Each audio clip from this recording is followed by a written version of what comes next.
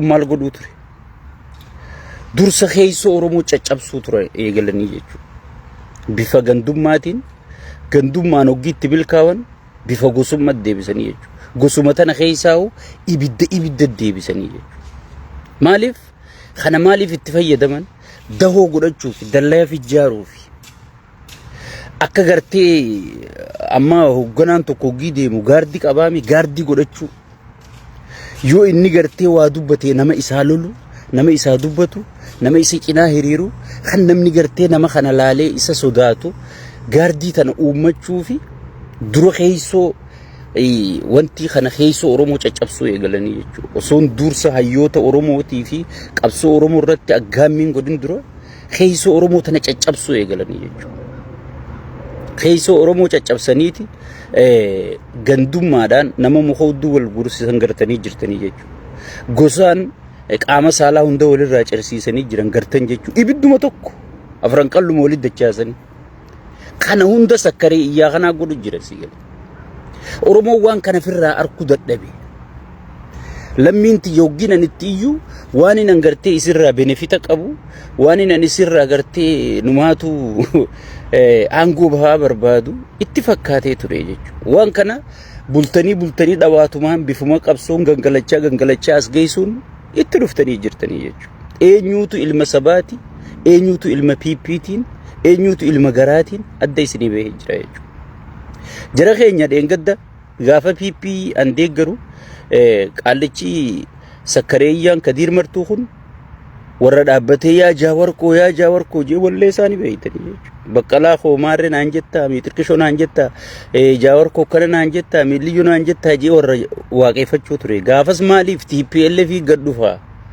achi keessaanii waa harkadhaa jeeti kana godhachuu ture qabsoo Oromootiif miti isaa fi fakkaattonni isaatis isa qofaame hundinuu warri arra biyya galee gartee namicha mataa baaldii sanirraa qabi biyya afaan banu jiru kun biyya galleeti gartee bakka hangaasaafaa bakka taayyeefaa bakka kaabbutaafaa bakka san nuti taana jedhaniiti iyyuu turanii jechuudha sun isaanii milkaa'uu dhabnaan piippuma jalattuu galan isaan piippiin beekan piippiin haga ammaa nuuf kabajaa qabdi dhugarratti isaan deeggaree dhugarratti isaan mormine sigale isaan mormine saniif nuu kabajaa qabdi sigale saniifu isaan kana godhuudhaaf itti milkaa'uuf dinnaan maal godhan amma Oromootti as garagalanii jechuudha amma Oromootti as garagalanii jechuudha soo saniifu kana maal godhuu qabna kajuurratti arra wal mari'achuu fi kan dhufne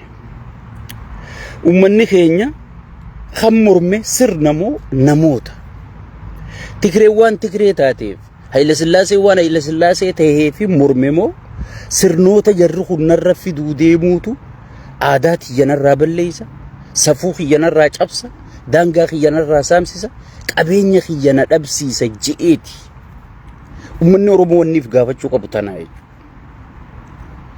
Oromoon gartee ciisanyaa dachii xiyyanamaa qotee naman gabbaru qabeenya kiyya akka namni itti fayyadamu hin godhu daangaan kiyya akka sarbamu kana goosisu kana mootummaa akkanaa sirna akkanaa hin barbaadu jeeti kan morme arra sirni piippii kun maal godhu jira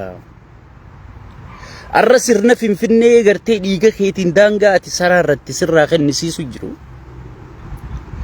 sirna gartee tokkummaa abbootiin keenya michuu baay'een qabaali xabiiftuutti irraa dhaamsa hoo gahiini Oromoota maraa jedhanii kaabaa kibbaa walis ijaaran sirna san keessoo kee caccabsee tokkummaa kee facaasaa jiru sigale sirna dirree dhawaa gartee ati qabsoon fidette osoon jijjiganaa falma jettee hidu osoon gartee narraa himi karaa asoosanaa falma jettee eeggattu jijjigadhiisi muyyaalee si harkaa kenne dirree dhawaa si harkaa kenne Finfinnee mu qofaa miti bar shaggar jeenumaatu Finfinnee tana tadur caalaa si bal'ise sigale tadur caalaa bal'ise akka gartee numaatu wanni tuulama je'antun guutuun naannoo biroo taatu Oromoo keessaa baate Oromoon akka gartee handhuurti keessaa fuudhamtu Finfinnee jechuun handhuura Oromooti sigale Finfinnee jechuun handhuura Oromooti handhuurti kasi keessaa fuudhamtu godhuudhaaf sirna tattaafatu kana kasirra dhaadhiisu sigale diina dheengaddaa mililikii wajjin garaagarummaa inni qabu maali jiif gaafadhu. Namoonni baay'een bakkitti shawwadame abaluu gartee nuu jecha sangoome abaluu nuu jecha aboo Qadiir Martuu yoom sangoome rabbi soda hunoo mucaan isaa Minneapolis tana wajji jirra. Asittiin tala anjaartii isaati jettee miidiyaa irraa iyyitu gartanii ilmoo isaa tajaajila ta'eessu. Mucaa isumarraa muru'a. Yoo yaadaan sangoomsitan an hin beeku. Yoo abjuun sangoomsitan an hin beeku. Adeeroo wanni dalagamaa ture filima. Jaawararra takka tuttuqee warra dheengaddaati qabsaa'oota maalkiyya wayaan sii jechaan du'a jettan hunda takkaan gayyaasu jira jechuudha. Akka qabsoota nagartee alaabaa if dura qabanii qabsaa'oota ficcisiisuu turan. Qabsoo Oromoo tana gartee afaan godhuu turan. Ummata Oromoo waan isaan godhuu turan takkaan gayyaasu jira. Jarri kuni jara sanirraa tokkuma jechuudha. Sakkareeyyaan kunis jara sanirraa tokkuma jechuudha. Osoon hin sangoome jee dhalaa meeqa bira raftee hudduu keessa dhab godhee dhalaa meeqa ilmaan dhoo isaan guddisu jirti. Bakka inni sangoomee sabaa jecha sangoomee jedhanii eegee jala kaanii bira ciisanii dhalaa meeqa xallazee dhalaa meeqa ulfooyitee immoo kophaa hambaan naar dhagaa jettee kophaa guddisaa jirti. Sigale tanaaf ragaan kun olaal ilmi isaa Minneapolis tana jira. Egaa ati sangoomee Sudaanis sangoomsanii maarra sangoomsan jettu wanni hundi diraamaadha. Namni sii sangoome jeetuun himu sabattuun himu. Sigale saniifuu nuti pooyintiin kiyya nuti wanni sirna kana dura dhaabbannuuf takkaa sirna kana wajji dhaabbannuuf Oromoo ta'ee takkaa saba biroo ta'eetii miti. Waan Oromoon barbaaddu waan sirni kun raawwachuu hin dandeenyeef jechuudha. Kanaan alatti sheeyxaanni dhufee waan Oromoon barbaaddu raawwannaa wajjin dhaabbannaa jechuudha. Namoonni gariin akka waan nuti abukaattoo namaa wahii an Jaawariis qeeqaatiin ture ni beeytan asumarraa na arrabsuu turtan sababa Jaawarii. Baqqalaa Garbaa qeeqaatiin ture ni beeytan asirraa na arrabsuu turtan sababa isaaniitiin. Marroo Dirribaa qeeqaatiin ture ni beeyta asirraa na arrabsuu turtan. Sigale ani yeroo hunda karaa Oromoon ittiin milkooytu qofa wanni nan deeggaru. Ani qabsoo siyaasaa tana bakka distiin isiitti godhamtuun ta'a yeroo hundaa'u bakka siyaasaan irraa kootaatu. Niin arka gaafa dogoggorri uumame gabbeetiin iyyaa jechuudha. Sigale gabbeetiin iyyaa jechuudha. Niin beekan. Amma tanneen tagartee nuuf qabsoo itti maal jettu namni abbaa kanaatu isaaniin hin jiru. Qabsuma tanaa eeysaa deemtee eeysadii irra maaltu dalagumu jira abiyyi maal dalagu jira yoo ati jetteen waan si deebisan hin qabu. Dhugaan si hima. Memma Marroo Dirribaa maal godhu jira. Mee Jaawar maal godhu jira maaliif morbite yoo jette waan Jaawar godhu jiru quban qabu keeysaan. Inni miidiyuma kanarra taa'ee asuma iyya. Akku ijoollee asirraa komantii kennituuf inni tokkuma qabsoo tana huggii mormituus keeysoo sii beekuu qabda. Waan mormituuf. An amma PP huggii mormu keeysoo PPtiin sirri beekaa jechuudha. Ay gartee waboo fi gartee ijoollee teenyata amma walii galte hayyoota keenya kana huggiin deeggaruus waan isaan keeysoon godhu jira waan hin beekuuf keeysoon sun akka Oromoo fayyaddu waan hin beekuufiin ciniinnadhee deeggaraa jechuudha. PPs keeysoo isiitii waan dalaguu deemtu waan hin beekuuf barosoon waan inni isin arra iyyitaniif tun hin dhufin PP mormuu turree minti hin taatu PPdin keeysoo isii beeynaa jechuudha. Keeysoo isii beeynaa jechuudha. Saniifuu uummanni keenya dammaqa. Abalu maarree ture. Abalu kaleessa sheekha ture yoo warra kiristaana ta'ee du'e sheekummaa kaleessaa sanii rabbi gaafata. Abalu yoo dheengadda sahaabaa ture arra khafree sahaabarratti osoo lola banuu du'e sahaabummaa dheengaddaa sanii rabbi isa kaasa. Qabsoon Oromootis akkasi. Dheengadda gartee qabsoo qabsaa'u miti jeneraala qabsoo Oromoo turte. Sigale arra yoo gantuu taate mee nadhii gammadaa rabbi rahmataa godhuufi osoomma inni deebi'ee gantuu ta'e nadhii gammadaatii jettee deeggarta. Jaarraa abbaa gadaa rabbi rahmataa godhuufi osoo inni deebi'ee gantuu ta'e jaarrabbaa gadaatii lakkii ganuuf mirga qabaa jettee deeggarta. Si gale kaayyoo qabaachuu qabdanii jechuudha. Kaayyoorra nama deeggartan, kaayyoorra nama mormitan adda baaftanii beekuu danda'uu qabdanii jechuudha. Hawaasa dammaqaa ta'uu qabdanii jechuudha. Si gale ergaan hangana isiniin jee maaltu sakkaree iyyaa fi faarsee bulaa fi gartee riphee ololaa warraan juun kana gartee riphee ololaa jechuun warra gartee dhokatee miila tokkoonis as dhaabbatee miila tokkoonichi dhaabbatu abbootii qabeenyaa tana dabalatee sheekotii manzaraa tana dabalatee riphee ololti gaafam yoommoo gareen jaawarii fi gareen marroo tunfaan kan mo'atan taate haayibar nuti kana turreemi maaliyaa duraan ajjala dhuyisan lat godhatanii dhufan riphee ololaa jedhaman warri kun sii galee warra dhokatee sii galee itti oofu. Maaliif riphee ololaan kun hundi sakkaree iyyaa kana bira waan akkana haasawanii waan isaan gartee riphee ololaan biratti haasawu abbootiin qabeenyaa biratti haasawutu kana gabbahee maaliif haqqisuun barbaachise waan jedhamu laallaa jechuudha. Wanni kun taheef yeroo jalqabaatiif qabsoon Oromootii fi qabsoon karaa nagayaatii fi qabsoon karaa hidhannoo walitti araaramte. Yeroo nagayaatiif yeroo jalqabaatiif Oromoon anumaa fi atiin ati gartu kun isnaapparii fi kompiitara walii galchuu dandeenye jechuudha. Kun warra du'aatii fi jira. Kun warra mata dhukkubbiitii fi jira. Warra bara jahaatamoota qabsoo Oromoo tana gartee akka isiin milkooyne keessa taa'ee akka kaansarii waa nyaattu nyaachaa ture kana milkiin tun gartee hedduu isa baareessiti. Injifannoo dhihaachuun Oromoon saksiis karaa milkittichi deemuun gartee jara kana baareessitee jirti jechuudha. Baaragaa iyyisiisa immoo. Si gale baaragaa iyyisiisa. Baarayni kun iyyisiisee Oromoo duchisiisuu ni danda'a abadan duchisiisuu hin danda'u jechuudha.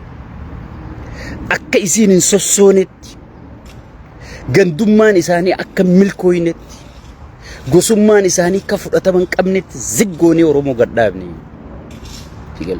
Kaayyoo abboota keenyaa daandii abboota keenyaa sanirratti qabsoon deebitee jirti jaalattee jibbitee kana keessa gana an arsijii afaan bani an harargejii afaan bani awwallagajii afaan bani awwallojii afaan bani namni gurra kana si dhaga'u taa'u hin jiru diinni keenya tokkichaa eenyu sirna bilisiqinnaati si galee kachi jiruus maarree kachi jiruus miitirkishu kachi jiru diina keenya.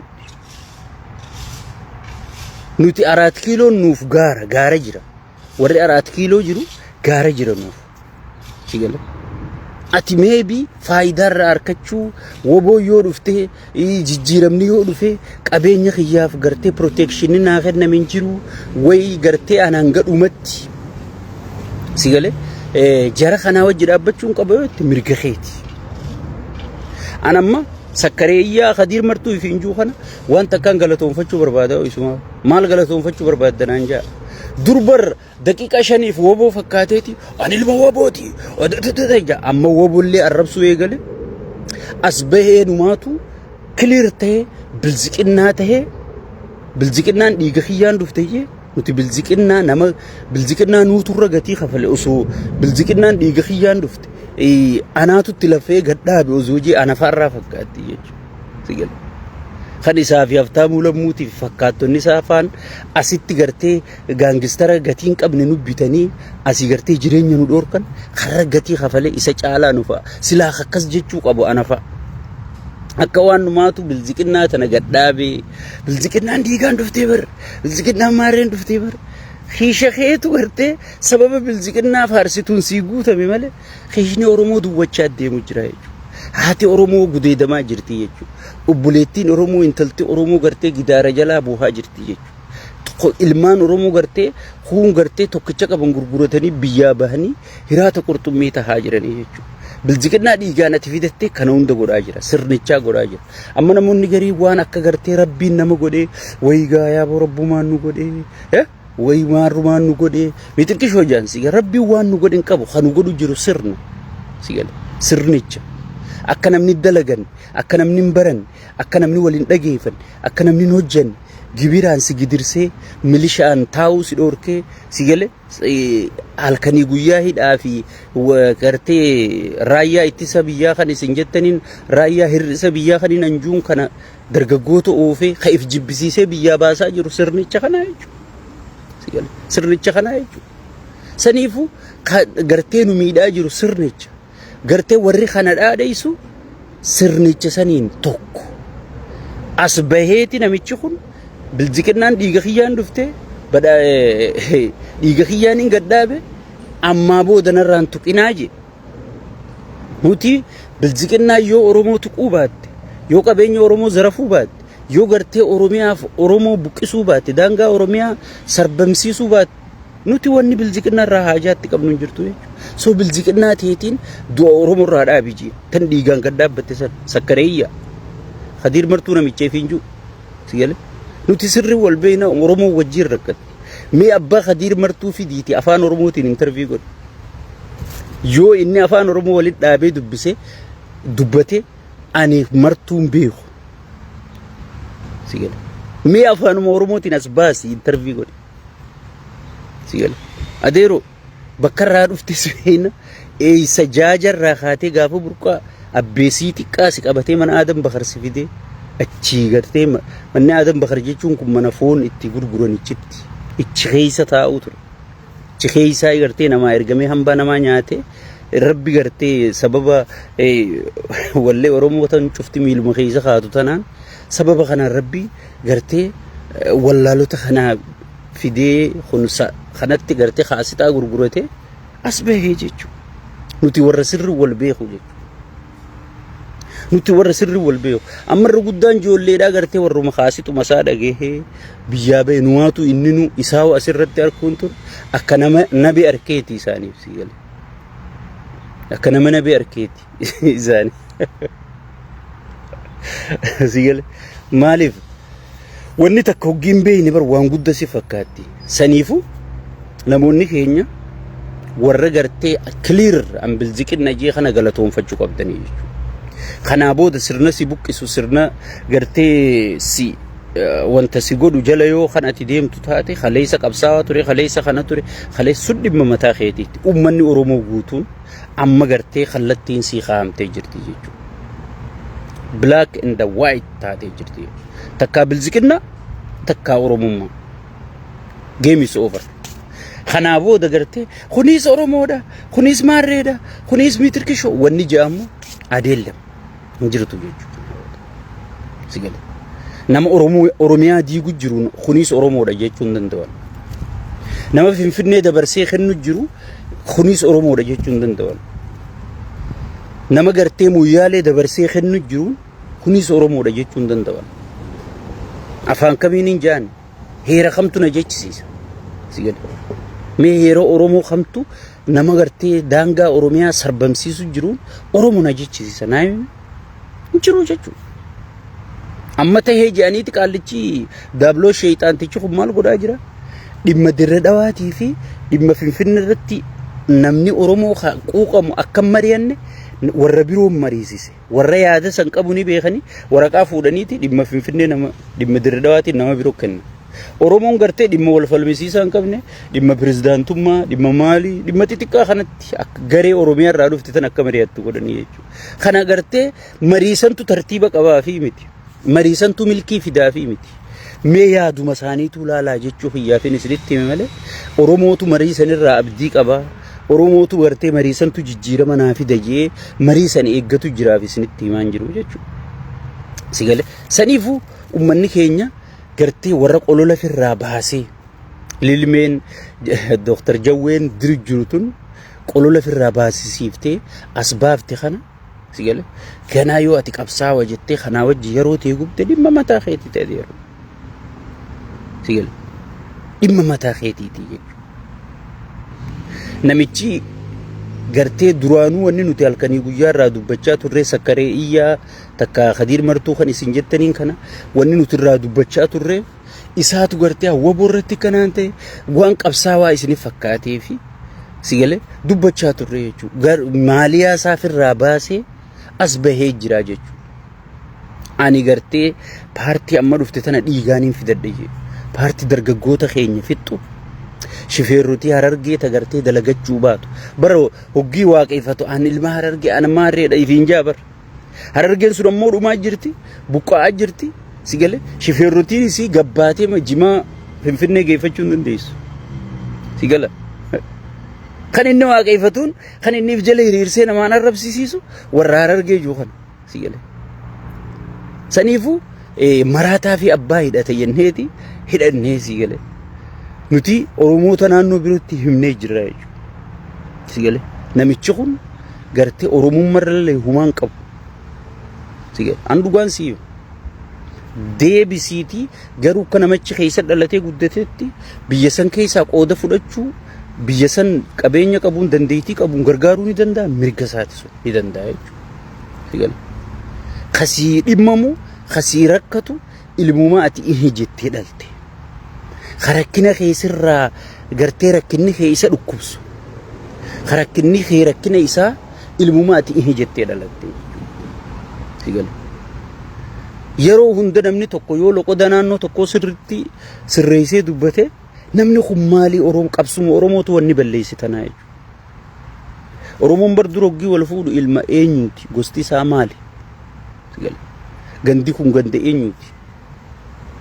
Gosti isaa amma gosti tiyya ilma ala 12 ala keessa maali? Kaaqoo keessa maali? Yaba.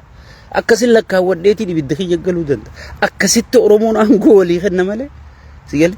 Mee gosuma Khadiir martu takka gosa abaluuti jee gosa isaa himatu hin jirtu. Sigale. Takka. Adeero isin dubbiin beeytan. Dubbii quban qabdan. Nagee gartee nama sintahini wajji yeroo ta'e gubu jirta jechuudha. Abiyyi Harargeeti wajji yeroo gubu jirta jechuudha. Abiyyi bar gosan qabu ni beeyta. Abiyyi gosan qabu, amantiin qabu, sigale. Waa takka hin qabu. Eessaa dhufeen beeytu, maalirraa dhufeen beeytu garuu jimma himata jechuudha. Jimma sanuu bashaashaa jennaan እንደዛ ነው. Kan inni dhaadatu. Sigala. Saniifu Abiyyi Harargeeti wajji yeroo ta'e gubu jirta jechuudha. Kana wajji yeroo gubu itti fuuta mirga keeti. Mirga keeti. Mirga namaa duraan dhaabbadhu. Mirga keeti. Garuu akka nun ta'in qofa si himuu jala muree si himuu barbaadeeti. Sigala. An uggiin seenaa tana an haasa'u inni sirri beeka. Ati hin beeytu ta'a. Ati hin beeytu ta'a. Sigala. Saniifu namni dhugatti saba kanarraa uumamee saba kanaaf laalatu sigale saba kanaaf laalatu arra gartee osoo Harargeen akkasitti dhumu jirtu sirni kun nama Harargee caalaa miidhan qabu dhugaan siimu waan ummanni Harargee ta'u jiru bineensi gaaraa ta'utti hin jiru ummata daldala dhoorkanii ummata karaa tokko hin qabu yuunivarsiitii takka hin qabu BP University takkan jaarree Harargee mana haakimaa tokkoon jaarree waanuma wayyaanii nama dura jaartee sirnoonni dabran jaaran sanuu caccabsaa jirti jechuudha. Sigale. San gubbarraan kan takkaa sirni tokko ummata kana naggadarraan dhorkin Harargee Oromoonni kutaa biroo hundi ni beeytan.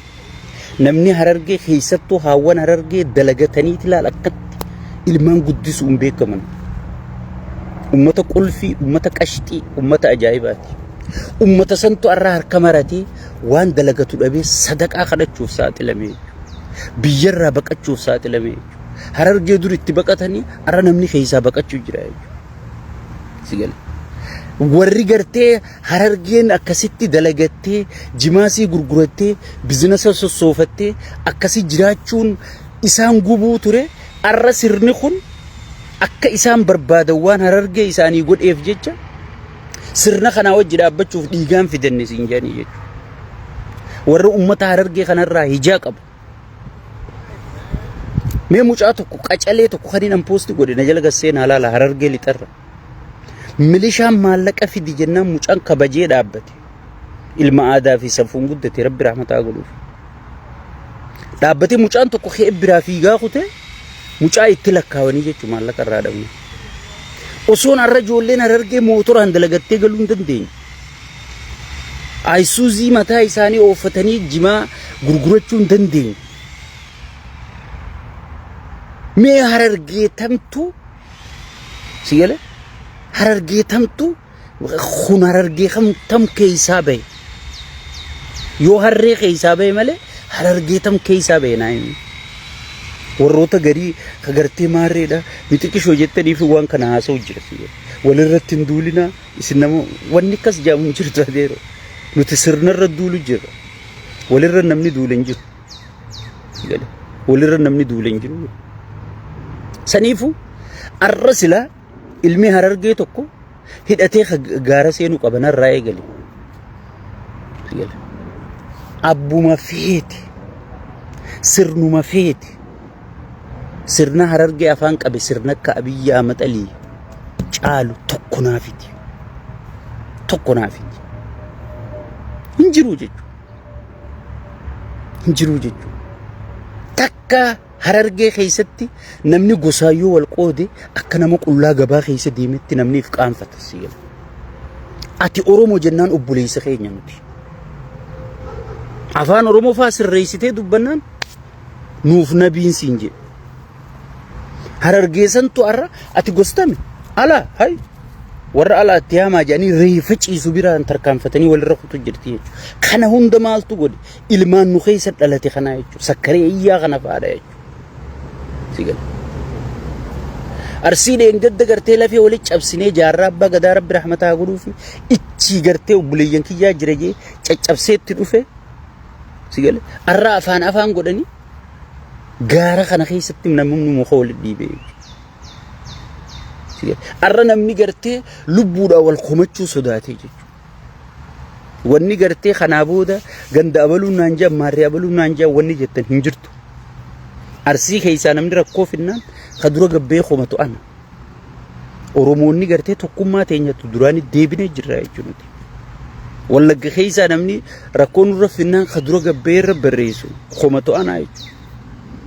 Waan gartee huccuuf gootanii maarree jettanii gartee warri giiftaraa tiktookaa kun gartee ittiin daldalachuudhaaf garee jaarratee minaamin godhu sun Oromoo bakka hin buutu jechuudha. Tiktookaraa fi giiftaroota sakkaree iyyaafaa bakka bu'uu dandeessi jechuudha. Garuu Oromummaa waliigala nuti gartee abbootiin teenya wanni nuu dhaaman diinni kee tokko biitti tee takkaadha. Saaseet kagartee diina keessan sirra dhaadheessu diinuma keeti jechuudha nu barsiisanii jechuudha. Warroottan sanitti amantan ayisoosh wajjin hiriiruu dandeenya. Gartee kammoo maarree tahaa Abiyyi nama sossoosu hin jiru adeeroo. Jaawarummaa ati tuuffattu kana akka dawaa piippii ta'e nu caalaa namni beeku hin jiru. Namni piippiin addunyaarraa sodaatu rabbi caalaa jaawarummaa miti. Ani kun keessaan ture piippii tanaa keessaan ture na amani. Gaafa jaawar waa barreessuu deemu namni kun albaatii fi qabuu hin danda'u piippii keessatti. Ammallee akkasuma wanni baay'anni jaawar arrabsuuf jaawar miidhuudhaaf jaawar gabbuusuuf baafte halola Tigraay baafte walqixa irra caala malee irraa gadi miti. Lola Tigraay guddaa sanirra barru jaawar mamma sodaatti piippii. Ati immoo hoggin akkana siin jiru sii galuu dhabuuf ammalchisa. Maaliif waan kana qilleensarra garta malee keeysoo isiin beetu jechuudha. Wanni kun keeysoon isii caccabaadha. Yoo akkatti itti hirkattanii jiiti. Nurra jiiti akkamitti akka nurra hin jiine qabrii qotuuf qabnaatu hayyoota kana bira teessisaa jira malee. Amana wanni hingaliniif waan gartee hayyoonni Oromoo kun Abiyyi kana diiguu dadhabee bakka. Jabina isaatiin akka deemu jirutti fakkaatti. Tayoo inni diigame baddu yoo wayyaaneen osoon ittiin qophaa'in diiguun hagam takka argatiin nu kofalchiisu jirti. Itti qophooyineeti gartee akka nuu ta'u diinaatu gartee itti nama qopheessisiisutti bakka inni itti kufu boolla sirri qotu jira malee namni Abiyyi diiguun sakandii takkan fudhattu. Wallahi billahi wa rabbul kaaba asii bakkaan taa'u tanaa rabbi nan kaase. sakandii takkan fudhattu. Karri inni dhaquun jiru. Nama miidhu jira yes. Oromiyaa diigu jira yes. Garuu karri inni dhaqu jiru karri inni dhaquu danda'u hin jiruutu hayyoonni suuta gartee isaaf sirritti qabrii qotu jiran malee sitti hin fakkaatin sirna kana waan diiguun dadhabamte. Sigale. Waalaikum salaam jaalzizo. Sitti hin fakkaatin. Guyyaan irraa kun arri boruu miti. Boruun iftaanii miti. Ni jijjiirama. Wayyaanee gartee akka dhiiratti hidhattee akka dhiiratti intelligensii jaarrattee akka dhiiratti diplomaasii addunyaa tanaa guutuu kontrol goote Ameerikaan guddoon tun afaan wayyaaneetiin dubbattee pirezidaantiin Ameerikaa dhaqee waggaa 100 isinii kennine jee biraa deebi'e dhiirtii amataan gatti diidanii beeytanii gaafa jaawar gaafas qabsoon dhufu maal turte Oromoon tun diyaaspooraan biyya alaa ni beeytanii namni kun akkuma arraa kanatti gosa gosatti damiina godhatee hayyu duree godhatee deemuu ture jechuudha. Kana hunda facaase dura akkuma arra facaasu jiru kana agarta. Akkasuma facaase. Oromummaa irratti akka abdii horatu, akka wal abdatu, akka wal dhageeffatu godhe. Sigale. Hoggi facaasu akkas godhu boodarra maal qabsoo taas dhufe jechuudha.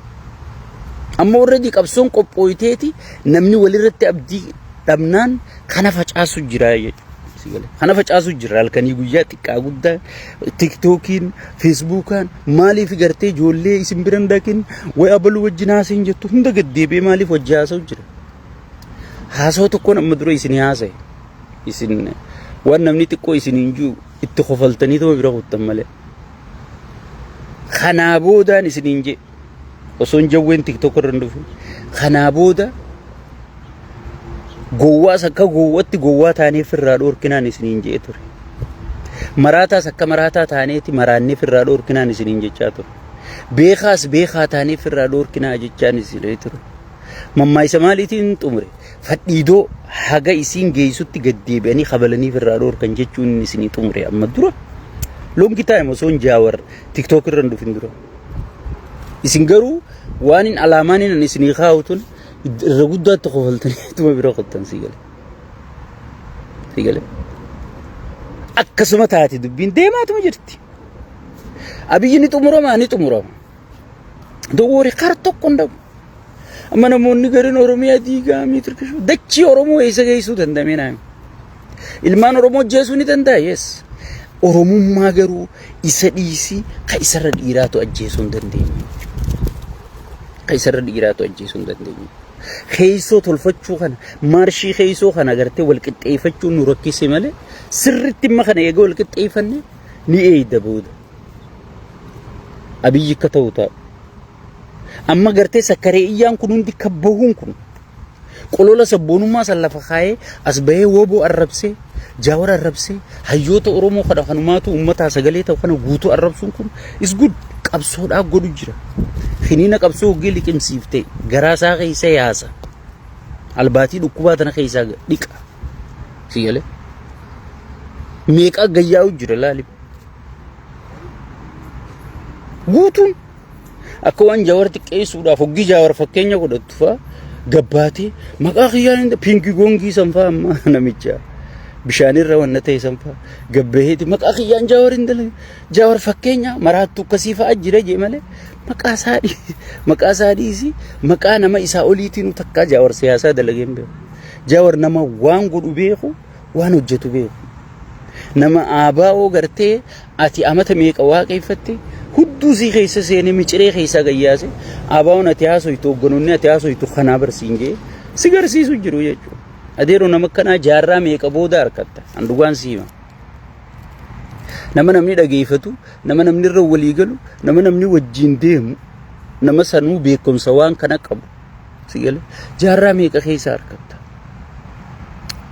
Nama murannoo qabu, nama lubbuu fi sii kennu kana akka marroo dirribaan jaarraa meeqa keessa harkatta. Sigale saniifuu uummanni Oromoo waan gootanii fi waan hin goone keessatti ilaaf ilaameen wal dhageeffadhaa wal jala yaa maal ta'uu qabna. Sigale kanaa booda qabsoon Oromoo feemasoota TikTokiin warra feesbuukaatiin hin ajajamtu hayyoonni as deebi'anii jiran as bahanii jiran hayyoota kana gaardii taatee fi gartee bineensa gartee piipin shaytaani leenjisee as ergu quubsee as ergu kana dura dhaabbattee karaa dhorkachuu qabu sihi jechu ta gosummaa ammaa booda na amani yoo ammaa booda wanni gandummaatiif wanni gosummaa kaate kijibaanaan jiru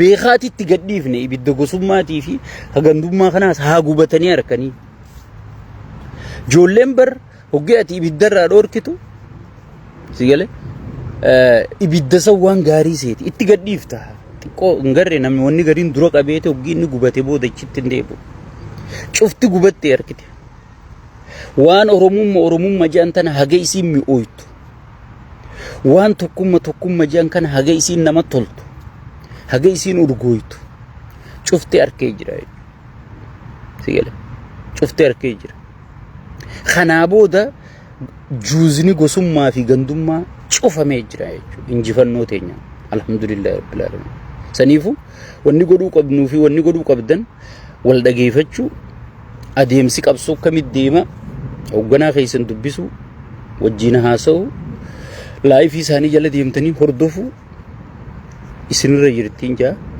namoota immoo gartee wantoota amma armaan olitti haasa'inee kunne kanaan isinit deemu ilma adeeraan tala adeeraatiin isinit deemu sigale daadee sirraa hayaasu jettee firraa ofuudhaan ilma oromooti aan ilma gandaatii miti aan ilma gosaatii miti jettee firraa ofu gosatee kabajuun jaalachuun akkuma jirutti ta'e garuu kana keessa dahoo godhateeti khasidii guutu irra baay'ee waan ta'eef naaf jiraadha kanuma sheer walii godhaa baay'ee isin jaalata sheeni baay'ee isin kabanya amma kubbaanis dhiyaatte ichiyaana sakkaree yaa wajjin yeroo keessan hin gubina namoonni oggii haay ta'e sakkaree wanni hunditti bareedduudha ififuu viidiyoo isaa oggii arge yaa rabbi tan aanaa haasa'e jee ifi qaanfachuu jira namoonni baay'een akkas jechaa jiran so akkas godhaa nagaan jiraadha yuutuuba keenya kana linkii as gubbaan kaa'e gasseenaatii sabskraayib nu godha nagatti